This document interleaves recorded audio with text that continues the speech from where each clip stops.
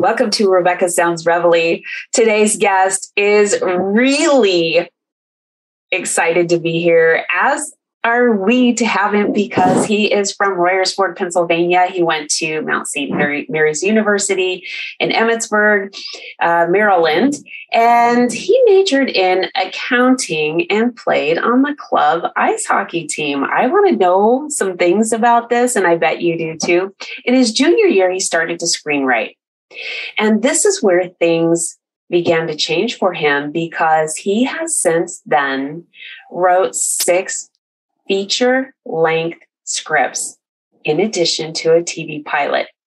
And he was able to make his first script, which I'm going to let him share with you today, because I am beyond excited to talk about this based on the sort of coincidence that happened that put the two of us together.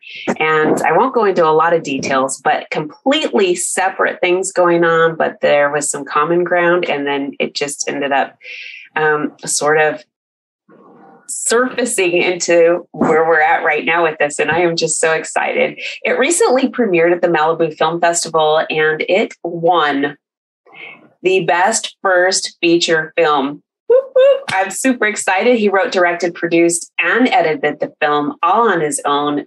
Incredible skills and talent. He also worked as a production assistant on the feature film Annihilation of Self, which is currently in post-production. And many who are watching and listening that may be from the South Philly area could be familiar with his last name. There's a little trivia for those of you who may know Lerro, the Lerro Candy Company. The John Lerro Candy Store is on Broad Street and named after his great-great-grandfather, who founded it in 1916. And Anthony has written a feature film about the life of his great-great-grandfather, which he hopes is going to make it out one day. Welcome to the show, Anthony Lerro. Thank you, Rebecca. Thanks for having me. Well, I am delighted because our paths crossed for this out of this really bizarre circumstance. And so I knew somebody, and then I was talking to somebody, and when they mentioned you, I said, oh man, I have to talk to Anthony. There's just no way about this, because I need to know some answers to these questions I had about what we're going to talk about today. And so tell me, when you first got it started in your writing, did you think you'd be where you're at now? Honestly, I did. I mean, I didn't think I'd be making a movie this quickly. But I mean, I sort of had the mentality that, that I was going to make it. It just might take a little bit. I mean, obviously this was a small micro budget film, but, you know, I was always pretty confident. I mean, if you sort of bet on yourself, then, you know, you believe in yourself, no one else will. And I firmly, and I got really lucky with this as well. So you said something that's really important for those who are watching and listening, is the power in having the confidence within yourself. And sometimes I think we have to fake it till we make it.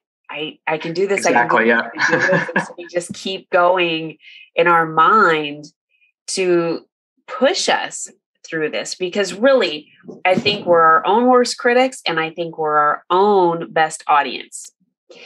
Cheerleading team. So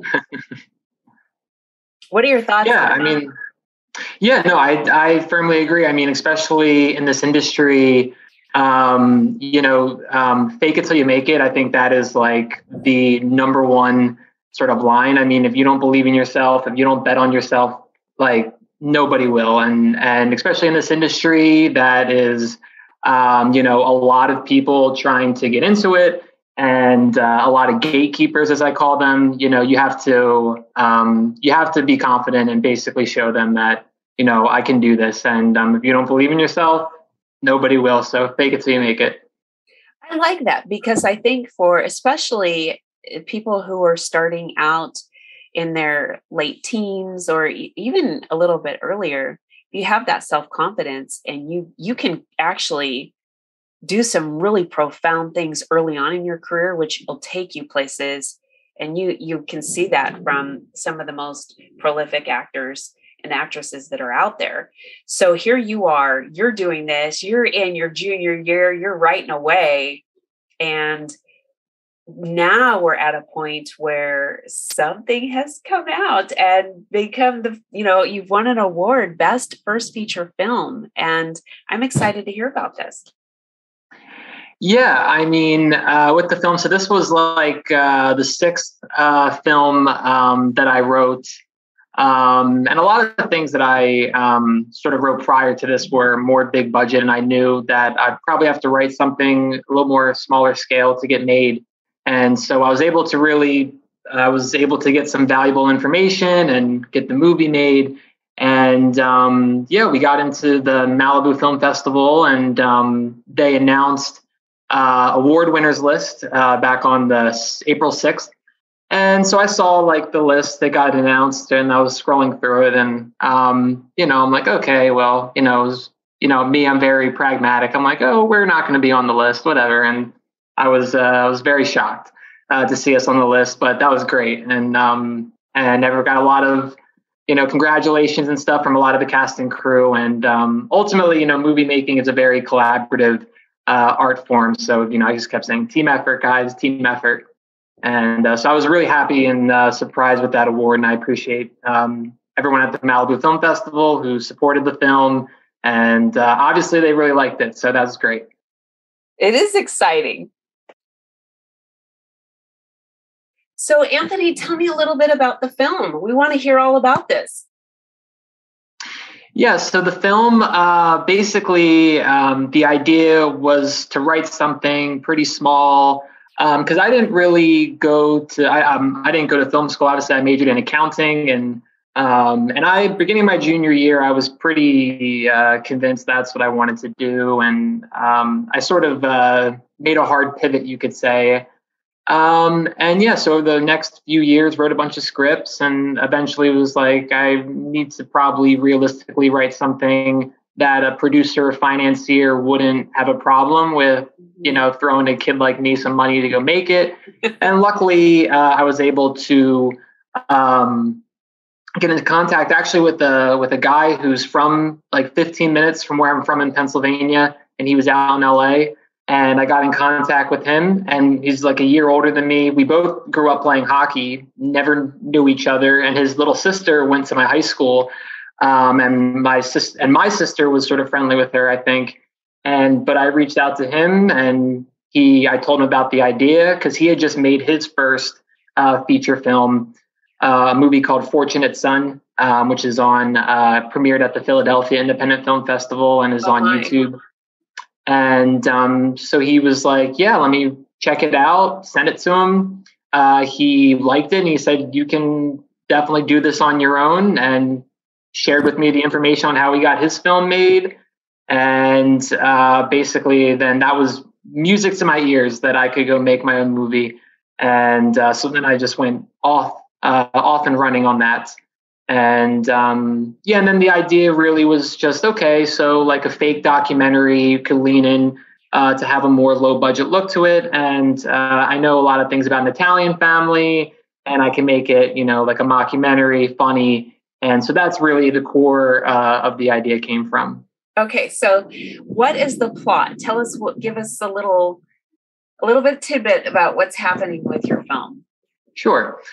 So the movie is about a Italian-American film school student who, for his end of the semester project, decides that he's going to do it on Italian-American culture and film his family. And he's really passionate about the idea, but he also knows that his family can be, very uncooperative. And so the whole movie is about really him filming his family and trying to share some cultural stuff and a lot of, and it takes place over Thanksgiving. And so some holiday things and a lot of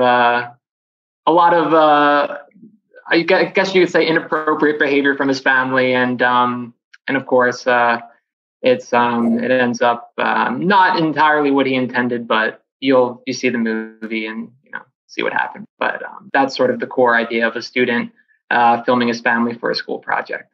I love this. And so how did you come up with the concept of an Italian heritage piece? Yeah, it was just something I was trying to think of. Okay, so like a fake documentary. And, obviously myself, I come from an Italian-American family.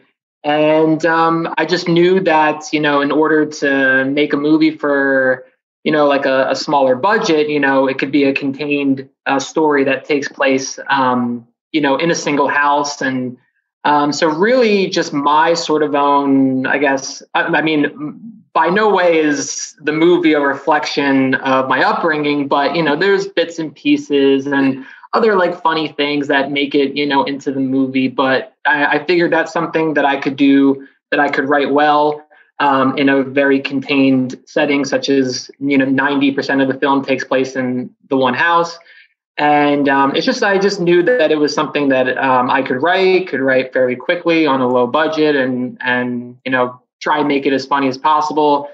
And so, again, it's no way a reflection of my own life, but there is elements and some funny, nuggets I put in there. But I knew that was something that I could do, or hopefully I was hoping that I could do well. This is really exciting. I am just chomping to see it. Now, I am not anywhere, and obviously the film festival has already been completed there in Malibu. So I'm wondering, do you have it in, have you submitted for other film festivals? Do you plan on launching it with anybody, a streaming network, doing through YouTube or anything where some of us who can't get to the locations on some of these places? Yeah, so it is submitted to a handful of more festivals, and I will be hearing back over the next couple months on that. And then once I hear back from them and hopefully get some more yeses, and they premiere there. So then after its festival run, I'll probably look on, getting it hopefully, on a streamer somewhere or Amazon, somewhere then, general public can, see it or rent it. Because I definitely would like it to obviously reach, a biggest audience as possible. So that's sort of the idea. So, yeah. So if you were to share with the audience to head on over to Film Freeway, would they be able to look your film up there and see where it's going to be premiering at? On the Film Freeway site? I'm actually not, a lot of the festivals you sort of submit through Film Freeway, but I'm not sure. I'm not familiar with it, being open to the public and seeing if it premieres. That's news to me. But I'm assuming I just wondered, because if somebody's thinking, okay, I want to know where this is at, and they start Googling film festivals and Film Freeway comes up, usually, that's a site where you're submitting, and what festivals are coming up so that you can place a submission for your film. So the question then becomes, if the audience wants to see something, do you have a site, a website or a Facebook page or something where they can go and say, okay, I can see that these films that he's been working on are being submitted and they're going to premiere here or there? We do have a Instagram page, Facebook page, which is run by Jennifer, and yeah, so she runs those. So yeah, we have an Instagram page, which is at the Ruggieros, and I believe the Facebook is the Facebook page is the Ruggieros as well. And whenever there's updates and things, she posts about it on there, and it's really great. Beautiful. So I have to ask about your ice hockey before we get into one of the final questions that I'm going to have for you. But I want to hear about how you got started doing that, if you're still doing it, and if any of your screenplays are kind of, involve that at all. So how I got into ice hockey when I was younger. So my dad played And so I think naturally as a kid, him and my mom liked hockey too. So naturally they were trying to, I guess, push me in that direction, never forced me to play. And I just sort of at like 9 years old, I was ready. And so I grew up playing school hockey and then eventual travel hockey as well. And was able to play college club for 4 more years. And it was really great, a lot of fun. It's not NCAA or anything, but we still get cool bus trips and get to play against other schools. And it was a really, it's still very competitive hockey. And it was a very good extra 4 years that I got to play.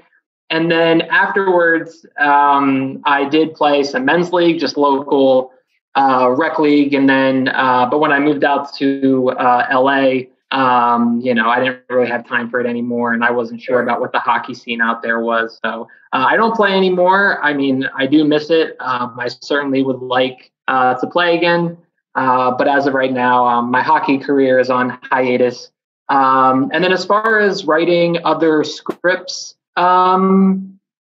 I kind of separate the two. I mean, there's some really good hockey movies that I like, but there's a big sort of learning curve and sort of production curve with getting that made. I mean, I think the best hockey movie is probably Miracle, and it's easier to teach hockey players how to act than teach actors how to play hockey. So you got to do so the way that they did, and they had to hold hockey tryouts, and then once the players passed, then they were making them act. And I don't know, it's just like it's a logistical challenge. I'm sure a lot of Flyers fans in the Philadelphia area would love like a Broad Street Bullies movie. But as of right now, hockey is not something that I'm interested in making a movie. I think it would be a logistical nightmare, but but I mean, it would be something that's really cool and something I think I'd be really good at and could bring a lot of, I guess, knowledge to and authenticity as a writer and director. But I'd rather go make movies about other things. So the Broad Street Bullies, we'll have to talk about that a little bit, but I want to talk about the John Lerro Candy Store. Yeah. So, so that was founded in 1916 by my great-great-grandfather. When they came over to America in the late 1800s, and kind of how that happened was his father, so my great-great-great-grandfather, there was a whole sort of ordeal where he was known in his town in Italy called Amalfitana. He was known as Il Guardiano, which is the guardian. Oh. And I guess he was sort of some type of enforcer for this guy. And this guy was stealing, this guy called the Spaniard was stealing his boss's sheep. He went and it kind of got out of hand and he ended up shooting the guy, did not die. Oh my. And basically, because of the legal system back then in the late 1800s, he was heavily advised you should probably leave the country. And he took my great-great-grandfather with him. And ultimately, when they came over here, he has to find work. And somehow he got into making candy. And there's I'm trying to remember the park. There's a park, old school park in Philly. I'm blanking on the name. I should remember because it's in the script.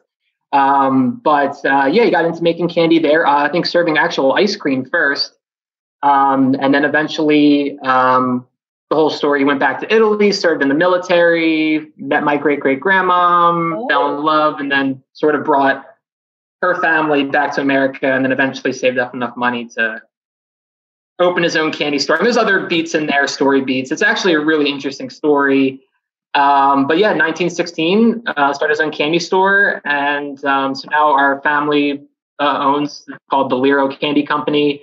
And it's a very local thing within the South Philly area, not a national thing, but it's been going strong for over 100 years. And it's really, really, really cool that I have my family owns a candy company. I think that this is fascinating. So I just have to ask, a ton of questions about this because my sweet tooth is coming out and so is the Italian in me. So yeah. My first and foremost question is, do you have Italian candy that I can order? That's Yeah. So I gotta know about this. So the two big products that they make and sell, the two big staples. So we just had Easter and coconut cream Easter eggs. That is one of the things that they do. And so Easter is like the winter time gearing up for Easter is like the busiest season for them at the factory. But they do, coconut cream eggs. And I'm actually not a fan of coconut cream very much, but they do make these small, like dark chocolate coconut cream eggs, like they come in like a tray and they're like to die for. So I'll eat those. And then also, chocolate covered pretzels. And they're the best chocolate covered pretzels you'll ever have. Everyone always says, I always tell everyone that. They're like, are you sure? And I'm like, yes.